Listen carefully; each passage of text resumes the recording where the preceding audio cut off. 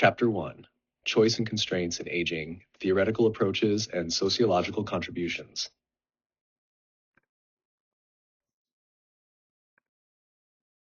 By the end of today's lecture, you should be able to understand how sociologists approach the study of aging and see the key role that social structure, inequality, and stratification play in shaping aging experiences.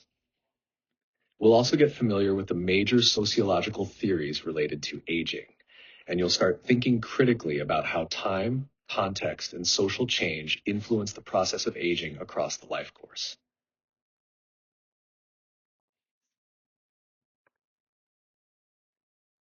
Hi, everyone. Today, we're kicking off with a foundational theme in the sociology of aging, the relationship between choice and constraint across the life course. Most people, when they think about aging, focus on the physical side of things: gray hair, wrinkles, maybe some health decline. But from a sociological perspective, and especially in the context of gerontology, aging is much more complex and layered. To clarify, gerontology is the interdisciplinary study of aging. It draws on biology, psychology, medicine, and of course, sociology. The branch we're focusing on is social gerontology, which is all about how aging is shaped by social forces, things like our relationships, cultural norms, and institutional policies. So instead of asking, how does the body age, we're asking things like, how does something like the retirement age shape how aging is experienced? How does gender inequality across a lifetime show up in later life? How do big societal shifts like technological change reshape what it means to grow old? To answer these questions, we need to operate on two levels. First, the micro level, the day-to-day personal experiences of aging, like dealing with retirement, changes in health, or adjusting to new roles. And second, the macro level, the bigger picture, economic systems, healthcare structures, public policy, and cultural attitudes that shape individual lives. Sociology helps us connect these two levels. It's about linking personal biographies with broader historical and structural forces, what's often called the sociological imagination. So aging from this perspective is social, political, and economic. It's influenced by institutions like capitalism, by policy decisions, by shifting ideas about family and work. And as we move through today's lecture, you'll see how sociological theories help us understand how structure influences personal experience, where inequality comes from, and what aging might look like in a different kind of society. The big takeaway here is this: the choices people make in later life are shaped by many constraints, from economic systems to cultural norms. Let's get started.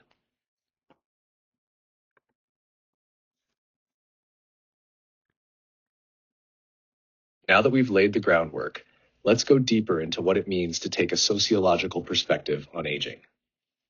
First off, it's important to know that sociological theories aren't concerned with explaining the biological process of aging. They don't tell us when memory declines or how to treat age-related diseases. Instead, they help us think about how society defines and organizes aging. For example, we might ask, how do social expectations around retirement influence how people age? Or how does someone's age impact their access to resources like healthcare or housing? And how does an aging population affect larger institutions, from the labor market to intergenerational relationships? Sociology treats aging as a social phenomenon, one shaped by economic systems, cultural values, and social roles. A few forces that play a big role here include how wealth is distributed, the design of healthcare and pension systems, prevailing cultural beliefs, and power dynamics across race, class, gender, and ability. We also need to be aware of the cultural stories we tell about aging, which can be full of contradictions. On the one hand, we hear that aging means decline and dependence. On the other hand, we're told that successful aging means staying young, healthy, and independent. But these narratives often leave out people with chronic illness, financial hardship, or those who simply don't meet those ideals. When we bring in a more critical lens, we don't just look at differences, we look at inequalities. How do systems of power make it easier for some people to age well and harder for others? What does ageism look like in daily life, in institutions, or in policy? So again, a sociological perspective doesn't isolate aging as a personal issue. It reveals how aging reflects broader societal values, and it pushes us to ask, who sets the standards for aging? Who benefits from them? and who's left out.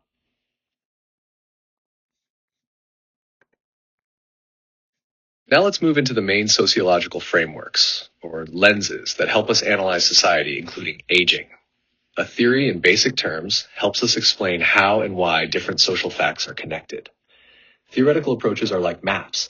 They help us decide what to pay attention to and how to interpret what we see. We'll look at three main ones today: the structural functional approach, the social conflict approach, and symbolic interactionism. The structural functional approach sees society as a system made up of interrelated parts that work together to maintain stability. In this view, social structures, like the family, the economy, or education, each serve a function that keeps society running smoothly. This perspective often emphasizes stability, order, and continuity. It's useful for understanding how aging might fit into the system, such as why retirement became a normalized part of the life course. This approach has its blind spots. It tends to gloss over inequality and conflict. It often assumes that whatever exists must serve a useful purpose, without asking who it benefits most. In contrast, the social conflict approach sees society as shaped by power struggles and inequality. It's about who has access to resources and who doesn't. From this lens, aging can be viewed as a site of tension, with older adults pushed to the margins by economic systems that were certain groups facing more hardship due to systemic inequalities. This approach draws attention to capitalism, racism, and sexism as major forces shaping aging, but some critics say it can be overly focused on conflict, missing cooperation, or shared values. Then we have symbolic interactionism, which zooms into the micro level, looking at everyday interactions and how people create meaning in their lives. It sees reality as socially constructed through communication and shared symbols. This lens helps us see how aging is interpreted differently in different social contexts and how individual identities are formed and negotiated over time. The drawback here is that by focusing so much on small-scale interactions, symbolic interactionism can overlook the structural inequalities that shape those very interactions. Each theory offers something unique, and each one has limitations. As we go forward, we'll see how these different lenses can lead us to very different conclusions about what aging means.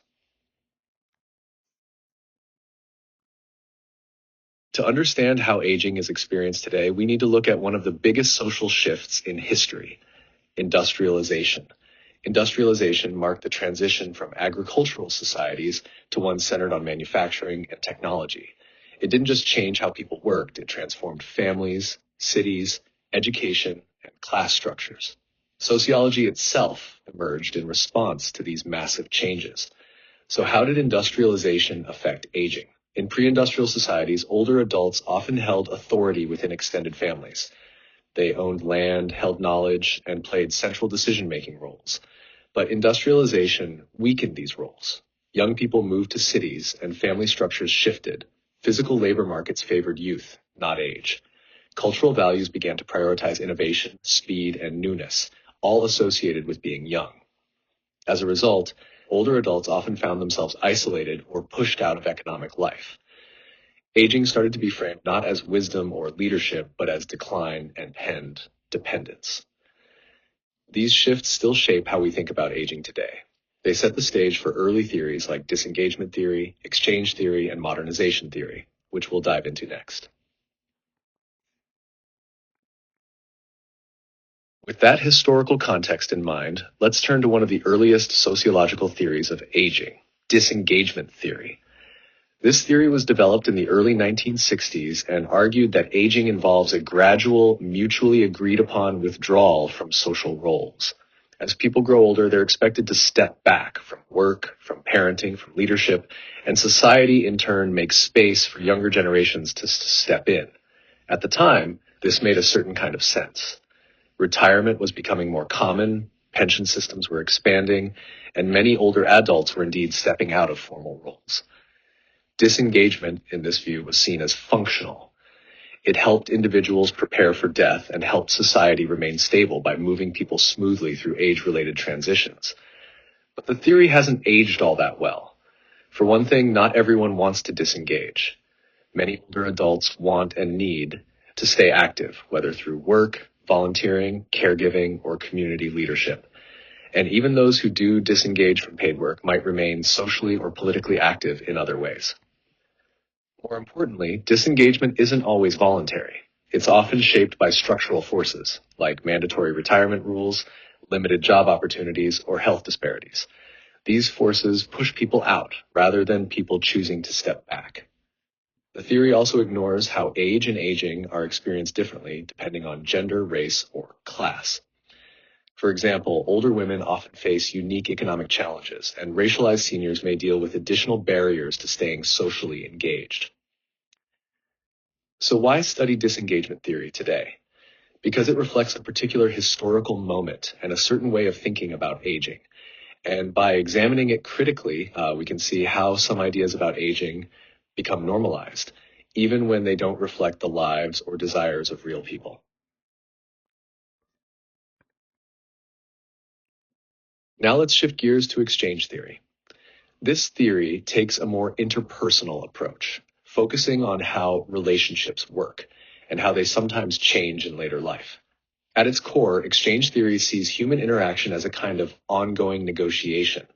We're all looking for balance. We tend to stay in relationships where the give and take feels fair. When that balance breaks down, relationships can weaken. In terms of aging, the theory points out that as people grow older, their access to certain resources, like income, physical energy, or social status, may decrease. That can affect how others perceive the value of maintaining a relationship with them. So, for example, an older adult who once gave a lot in terms of money, advice, or childcare might receive less attention or support as their ability to give changes. This can help explain why some older adults feel isolated or why caregiving dynamics become strained. But exchange theory also has some serious blind spots. It can reduce relationships to a kind of emotional accounting system, as if all human connection is about keeping score. It also doesn't pay enough attention to the big picture, the structural forces that limit people's resources in the first place. If someone can't work due to age discrimination or health inequality, that's not a personal failing. It's a social issue.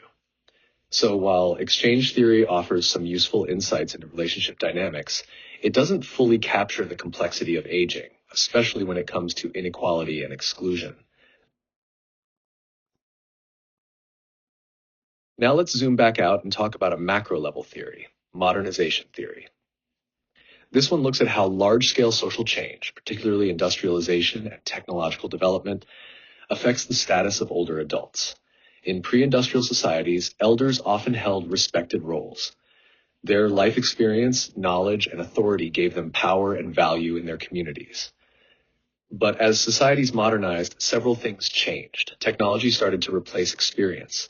Urbanization broke apart extended families, and new economic systems valued youth, speed, efficiency, adaptability over age and wisdom. According to modernization theory, these changes led to a decline in the social status of older people. And we can still see this today in cultural attitudes and media representations that portray older adults as behind the times or burdensome. But as with the other theories, there are critiques. Modernization theory often overgeneralizes.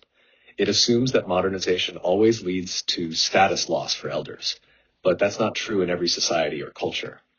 In some communities, particularly many indigenous cultures, elders continue to hold respected central roles.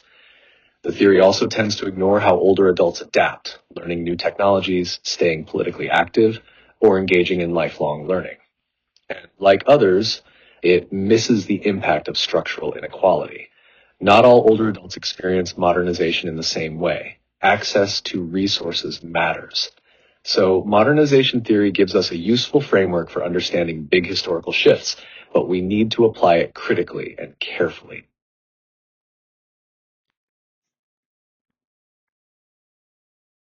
Now that we've looked at some broad theoretical frameworks, we're going to dig into a key insight of sociology. Aging is shaped by time and context.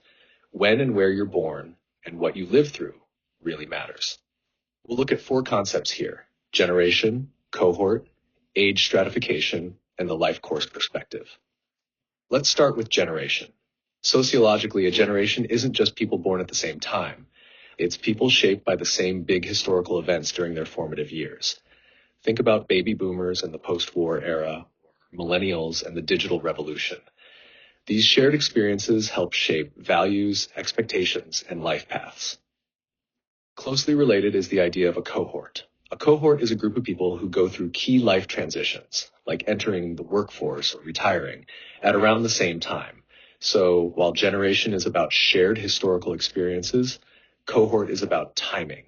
Different cohorts can have very different experiences of aging. A cohort that retires during a strong economy will have a very different reality than one retiring during a financial crisis. Understanding these patterns helps us see that aging isn't just about biology or individual choices. It's shaped by history and timing. Let's now take a closer look at age stratification theory. This theory helps us understand how societies organize people by age, just like they do by class, race, or gender. It argues that every society has age-based categories, and each category comes with its own roles, responsibilities, and expectations. People move through these categories over time, for example, from student to worker to retiree, but not everyone moves through these stages in the same way. Social class, race, gender, and health all play a role in shaping how people experience the age structure. For instance, someone in a lower income group might experience earlier health decline and shorter retirement than someone who is wealthier. So while age appears to be a neutral biological marker, it's actually a socially organized and deeply political category. Age stratification theory shows us that aging is not just about the individual. It reflects broader systems of inequality. And that leads us directly into a framework that brings all of this together, the life course perspective. The life course perspective is one of the most influential approaches in aging studies today. What's powerful about this perspective is that it shifts the conversation entirely. Instead of focusing just on what happens after 65, it says, aging is a lifelong process. It's shaped by everything that comes before, and it unfolds within a social context. Two key concepts here are transitions and trajectories. Transitions are the specific life changes we go through. Things like finishing school, becoming a parent, retiring, or losing a loved one. Trajectories are the longer-term patterns that emerge, like your work path, your health path, or your family path. And here's the key point. None of this happens in a vacuum. Our life paths are shaped by institutions, cultural norms, and structural opportunities or barriers. There are 5 core principles to the life course perspective. First is agency. Yes, people make choices, but those choices are shaped by their social environment. For example, returning to school at 40 is a choice, but one that depends on money, family support, and institutional access. Second is lifelong development. Early experiences shape later outcomes. Childhood poverty or lack of health care doesn't just vanish in adulthood. It carries forward. Third is linked lives. Our lives are connected. What happens to one person can ripple through a family or community. Aging happens in relationships, not isolation. Fourth is historical time and place. Major historical events like economic booms, recessions, wars, or pandemics shape the lives of entire cohorts. And finally, timing matters. It's not just what happens, but when. Life events that occur off time, like early widowhood or late entry into the job market, can create challenges. The life course perspective also distinguishes between age effects linked to biology, cohort effects shared by a group born at the same time, and period effects, events that affect all ages, like COVID-19. Altogether, this framework reminds us that aging is not just about the later years. It's about how lives unfold within systems, relationships, and histories. Next up, we're turning toward a very different lens, social constructionism. This approach pushes back against the idea that aging is simply a biological reality we can objectively measure. Instead, social constructionism says that age and aging are shaped by culture, language, and social interaction. We give meaning to aging through media, through policy, and even through everyday conversations. We decide when old age begins. We assign meaning to categories like young old or frail elderly. And those meanings shape how people are treated, how they see themselves, and how policies are written. These meanings aren't fixed. They can change, and they often reflect the dominant values of a society. In industrial societies, youth is celebrated. Aging is often linked with decline, burden, or invisibility. But it doesn't have to be this way. Social constructionism also reminds us that how someone experiences aging is shaped by their gender, race, class, and ability. And crucially, if aging is socially constructed, then it can be reconstructed. We have the power to challenge negative narratives and build more empowering, inclusive ones. Let's now shift to a theory that takes a hard look at power, inequality, and the structure of society, political economy theory. This approach argues that aging outcomes are not just about personal choices or biology, they're about access to resources shaped by economic and political systems. One of the key ideas here is ideology, the dominant beliefs that justify the social order. When it comes to aging, ideologies can cast older adults as either deserving of support or as burdens on the system. These stories aren't neutral. They influence policy, shape media portrayals, and even affect how families view aging. Another idea is structured dependency. Older adults are often placed into dependent roles, not by choice, but by design.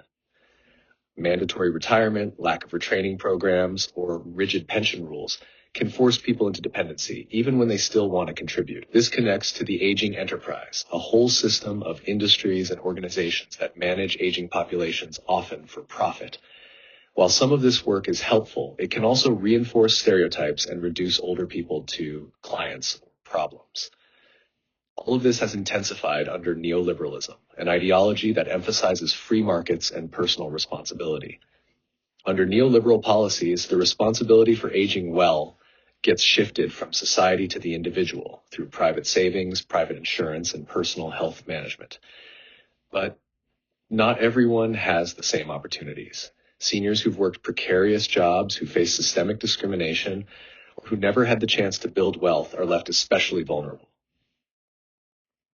Political economy theory reveals how these systems work and sets the stage for critical gerontology, which pushes these ideas even further. Now let's bring in a powerful perspective: feminist gerontology. This approach begins with a simple but crucial insight. Aging is gendered. It's not the same experience for everyone, and it intersects with race, class, sexuality, and ability in complex ways.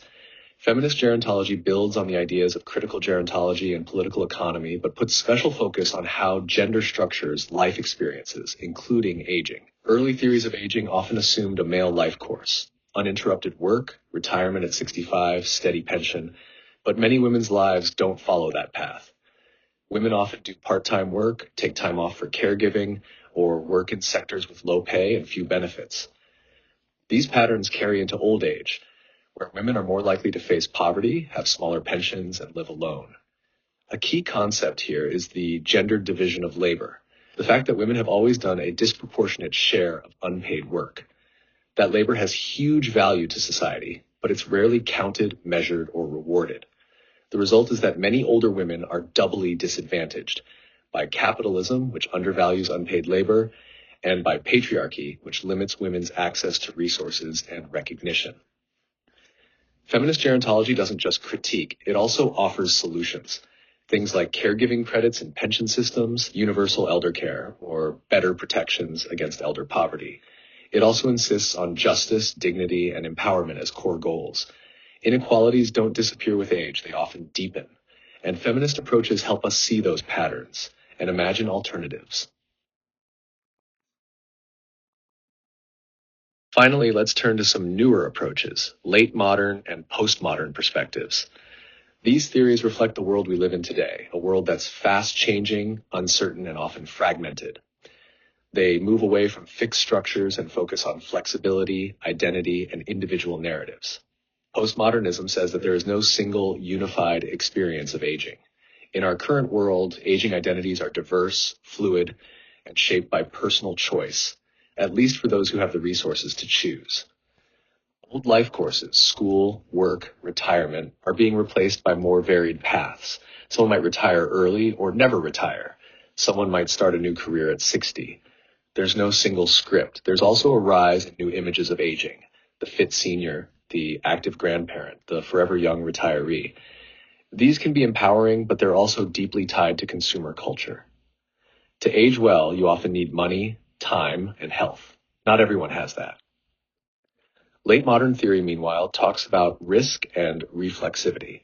In a world where traditional structures are breaking down, people are left to manage aging on their own, making decisions about health, money, housing, and identity in an uncertain environment. Together, these theories remind us that even when things feel individualized, larger forces of inequality are still at play. Celebrating choice and flexibility is great, but only if everyone truly has access to them. So as we wrap up, aging today is complex, dynamic, and deeply shaped by social systems. Our job as sociologists is to recognize that complexity and to keep asking whose voices are heard, whose needs are met, and whose experiences are missing from the dominant narratives.